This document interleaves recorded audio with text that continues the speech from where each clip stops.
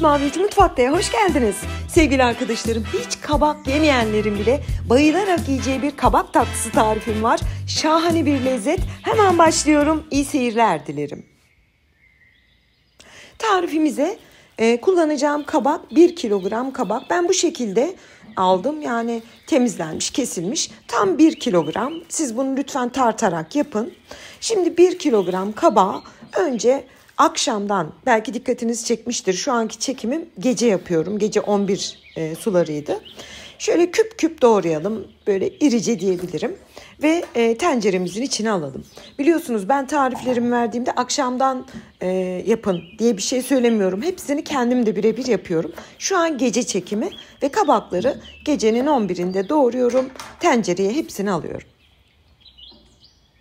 Tencereye aldıktan sonra 1,5 su bardağı toz şekerimizi de güzelce üzerine serpelim. Yani bu kabak tatlımızda su hiç kullanmayacağız. Buradaki kullanacağımız şey sadece kabağın kendi lezzetini, aromasını bir gecede salacak. O suyuyla pişecek. Kapağını kapatalım, buzdolabına alalım. Ve ertesi gün ışıktan anlıyorsunuzdur. Çekime devam ediyorum. Bakın sevgili arkadaşlarım, hiç su eklemedik. Yani sadece akşamdan ısladık şekere. Kendi suyunu kabak komple saldı. Aslında bu çok önemli bir püf noktası. Kabak tatlısı yaparken de aynısını yapın. Çünkü öyle dışarıdan su eklemeniz tatlınızın sulak, çok da lezzetli olmamasını sağlar. Suyunu tamamen vermiş, gördüğünüz gibi yarıya kadar suydu. Ocağa alalım.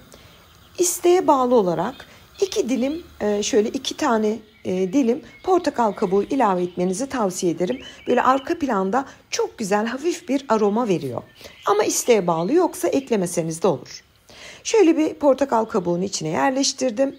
Kabak tatlımız kendi suyunda kaynamaya başladıktan sonra ocağımızın derecesini ortaya kısalım. Kapağını kapatalım. 35-40 dakika pişmeye bırakalım. Ben tam 40 dakika pişirdim. Bakın sevgili arkadaşlarım, 40 dakikanın sonunda suyunu çekmişti biraz. Ve kabağı görüyorsunuz, deriz ya hani böyle lime lime olmuştu. Bakın kendiliğinden çataldan kopacak. Tam istediğimiz kıvama gelmiş. Bu aşamada o başta eklediğimiz 2 tane portakal kabuğumuzu içinden çıkarıyoruz. Ve pişmiş olan kabağımızı şöyle bir kaseye alıyorum ben. Ama daha önce size bir göstermek isterim. Suyunu yarı oranda çekmişti. Şimdi kaseye bilerek döküyorum ki su oranının ne kadar olduğunu görmeniz için. Bir cam kaseye bütün pişirdiğimiz kabaklarımızı alalım. Suyuna bakar mısınız? Yaklaşık 1 su bardağı kadar kendi öz suyu var.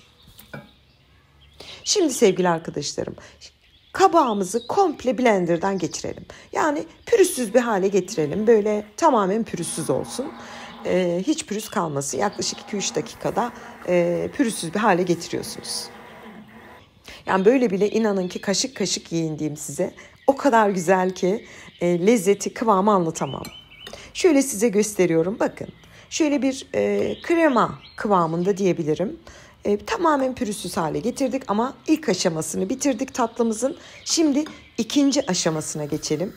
Ocağa 1 yemek kaşığı tereyağı alalım. Yaklaşık 75 gram. Tereyağımız eridikten sonra 2 yemek kaşığı unumuzu ilave edelim. Şöyle gösteriyorum. 2 yemek kaşığı ekleyeceğiz. Unumuzu da güzelce kavuruyoruz. Orta derecede kavurun, yüksek ateşte değil.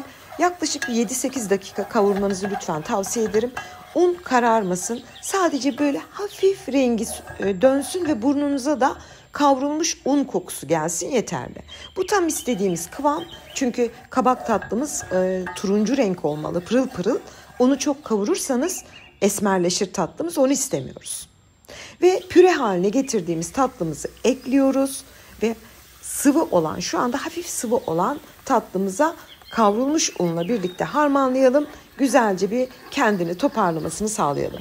Yani aslında anlayacağınız şöyle, un helvasıyla kabak tatlısının meçi gibi, kokteyli gibi düşünün. Çok eski bir tarif, yeni bir tarif değil.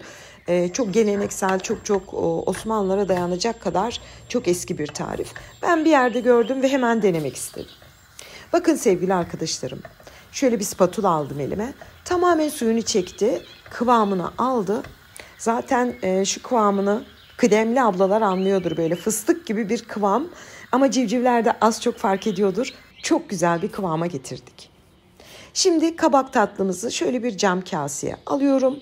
Kıyısını, köşesini düzeltiyorum ve biraz kendini çekip toparlaması için, yani bir kendine gelsin. Çünkü bu tatlımızı sonuçta soğuk servis edeceğiz. Şöyle bir spatula ile düzelttim. Daha sonra da bu şekilde spatulayı sabit tutup tabağı döndürerek de yüzeyini birazcık şekil vererek bitiriyorum. Çok güzel görünüyor. Zaten şu andaki görünüşü, rengi güneşte hafif böyle yansıdı. Çok güzel bir tatlı sevgili arkadaşlarım. Tatlımızı soğumaya bırakalım. Daha sonra sunuma geçelim. Tatlımız soğudu. Sunum için 1 su bardağına biraz su ekliyorum ve tatlı tabaklarımı da hazırladım. 2 tane kaşık kullanacağım. Kaşıkları önce suya batırıyorum. Çünkü kaşığa tatlımız yapışmasın diye. Bunu birçok tatlıda, un helvasında da uygulayabileceğiniz bir tekniktir. Şimdi kaşıkla şöyle göz kararı tatlımızdan alıyorum ve servis tabağına bırakıyorum. Kıvamını görüyor musunuz? Yani sevgili arkadaşlarım, bu tatlı ertesi gün de aynı kıvamdaydı. Yani böyle taş gibi olmuyor. Ağzınızda böyle kaymak gibi eriyip gidiyor. Muazzam bir lezzet. Bakar mısınız? Şöyle yakın çekimle size kıvamını göstermek istiyorum. Ve bütün böyle birkaç tane tatlı tabağına tatlılarımızı pay ettim. Sunum için masamızı hazırladım. Şöyle size bir gösteriyorum. Yanında tahin ve ceviz kullanacağım. Ceviz olur, fındık olur, Antep fıstığı olur, artık evde ne varsa. Ama tahin olmazsa olmazı bu tatlının, mutlaka olmalı. Ve sunuma geçtim. Üzerine önce güzelce tahini döküyorum. Sonra birazcık iri kıyılmış ceviz serpiyorum ve doku testine geçiyorum. Ben tadını bildiğim için sevgili arkadaşlarım, çok güzel, çok lezzetli. Yani kabak tatlısı yemeyenlerin bile bayılarak yiyeceği bir tatlı. Bir gün önce yapabilir, ertesi gün servis edebilirsiniz. Ramazan'da tatlı olarak çok güzel olur. Şimdi tam kabak zamanıyken kıvamına bakar mısınız? Böyle bir şey olamaz. Yani kabakla yaptığımız inanılmaz gibi duruyor ama kabakla yaptık ve şahane bir tatlı. Bugün sevgili arkadaşlarım size kabak helvası tarifi hazırladım. Çok lezzetli, çok güzel, aynı zamanda çok farklı bir kabaklı tatlı oluyor. İnşallah yaptığınızda sizler de beğenirsiniz. Lütfen yorum olarak bırakın. Şimdiden yapacak tüm arkadaşlarıma afiyet, bal, şifa olsun diyorum. Yeni tariflerimde görüşmek üzere. Hoşça kalın.